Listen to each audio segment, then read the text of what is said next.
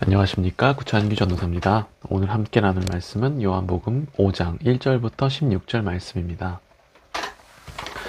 그 후에 유대인의 명절이 되어 예수께서 예루살렘에 올라가시니라. 예루살렘에 있는 양문 곁에 히브리 말로 베데스다라 하는 못이 있는데 거기 행각 5이 있고 그 안에 많은 병자, 맹인, 다리 저는 사람, 혈기 많은 사람들이 누워 물의 움직임을 기다리니 이는 천사가 가끔 못에 내려와 물을 움직이게 하는데 움직인 후에 먼저 들어가는 자는 어떤 병에 걸렸든지 낫게 되밀어라. 거기 38배 된 병자가 있더라.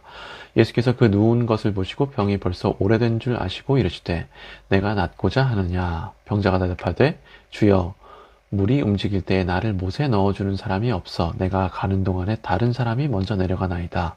예수께서 이르시되 일어나 내 자리를 들고 걸어가라 하시니 그 사람이 곧 나와서 자리를 들고 걸어가니라. 이날은 안식일이니 유대인들이 병 나은 사람에게 이르되 안식일인데 내가 자리를 들고 가는 것이 옳지 아니하니라. 대답하되 나를 낫게 한 그가 자리를 들고 걸어가라 하더라 하니 그들이 묻되 너에게 자리를 들고 걸어가라 한 사람이 누구냐 하되 고침을 받은 사람은 그가 누구인지 알지 못하니 이는 거기 사람이 많으므로 예수께서 이미 피하셨습니다.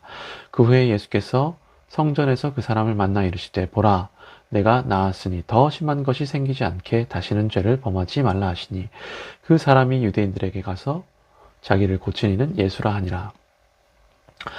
그러므로 안식일에 이러한 일을 행하신다 하여 유대인들이 예수를 박해하게 된지라. 아멘. 예수님은 베데스다라는 연못에 있는 환자 중 38년 된 병자를 만나시죠. 그러니까 베데스다라는 말은 히브리어로 자비의 집 내지는 치료의 집이라는 뜻인데 이 연못에는 어떤 치료하는 힘이 있었습니다. 그래서 이 병자는 치료받기 위해 이 연못 근처에 있었던 것이죠.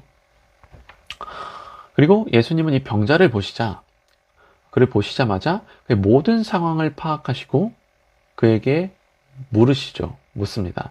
내가 낫고자 하느냐 이렇게 물으세요. 그리고 병자는 이렇게 대답하죠. 주님, 물이 움직일 때 나를 연못에 넣어주는 사람이 없습니다. 그러니까 병자는 좀 많이 억울했나 봅니다. 낫고자 하느냐 물으셨는데 예수님이 그저 억울함을 좀 호소하죠. 네. 그리고 이 말을 들은 예수님은 곧바로 치료를 해주십니다. 그러니까 병자는 그저 자신을 부축해줄 사람을 찾은 것인데 예수님은 그저 순식간에 치료해주시고 또 순식간에 사라지십니다. 네, 그리고 또 말씀을 보면 병자는 이제 일어나 자신의 침상을 들고 걷기 시작하는데 이때 이 문제가 발생하죠. 이때 유대인들이 그를 정죄합니다. 오늘은 안식일이다. 안식일에는 자리를 들고 돌아다니면 안 된다 하면서 이 병자를 정죄합니다. 그리고 이 말을 들은 병자는 예수님을 팔아버리죠. 사실상 어떻게 보면. 그러니까 11절을 보시면 나는 그저 나를 낫게 한 사람이 시키는 대로 했을 뿐이다 하면서 병자는 예수님을 팔아요. 물론 병자는 그가 예수님인지는 몰랐지만 어쨌든 병자는 자신의 은혜를 팝니다. 그러니까 사람은 몸만 치료된다고 다 해결되는 게 아니죠. 사람은 영혼이 치료되어야 합니다. 근데 저는 이 병자의 행동을 그렇게 나쁘게만 보지는 않습니다. 왜냐하면 병자는 그저 솔직하게 얘기한 것일 뿐이고 또한 예수님의 말에 순종한 것 뿐이기 때문입니다. 성도님들은 좀 어떻게 생각하시나요? 이 일 때문에 예수님은 유대인들의 박해를 받게 되는데 예수님이 과연 이 병자를 탓하실까요? 좀 나쁘게 보실까요? 이 병자를 탓하십니까?